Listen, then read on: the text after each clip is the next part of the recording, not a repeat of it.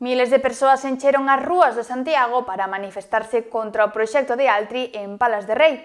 A marcha percorreu a cidade para amosar o seu rexeitamento á macrocelulosa e ás súas posibles consecuencias ambientais. A capital galega acolleu onte unha masiva manifestación contra o proxecto da macrocelulosa de Altri en Palas de Rei. Baixo o lema "Polas que somos e as que virán", milleiros de persoas saíron ás rúas de Santiago para amosar o seu rexeitamento ao proxecto que o Grupo Luso quere instalar. A marcha partiu da Alameda e finalizou diante da Catedral, pasando polas principais rúas da cidade.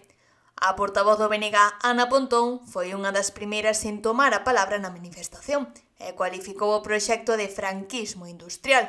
Asegurou tamén que a Xunta non pode seguir apoiando un proxecto que, segundo os colectivos ecoloxistas, terá consecuencias ambientais negativas para Galicia. O evento contou coa participación de colectivos como Adega, Greenpeace e representantes políticos do PSOE de Galicia, BNG e outros, que criticaron a planta de Altri, que tamén se refire a ela como unha planta ecolóxica.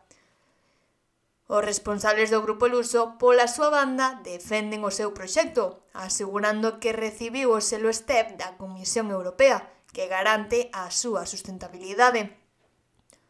A empresa insiste en que a planta contribuirá ao desenvolvemento económico e á valorización do monte galego.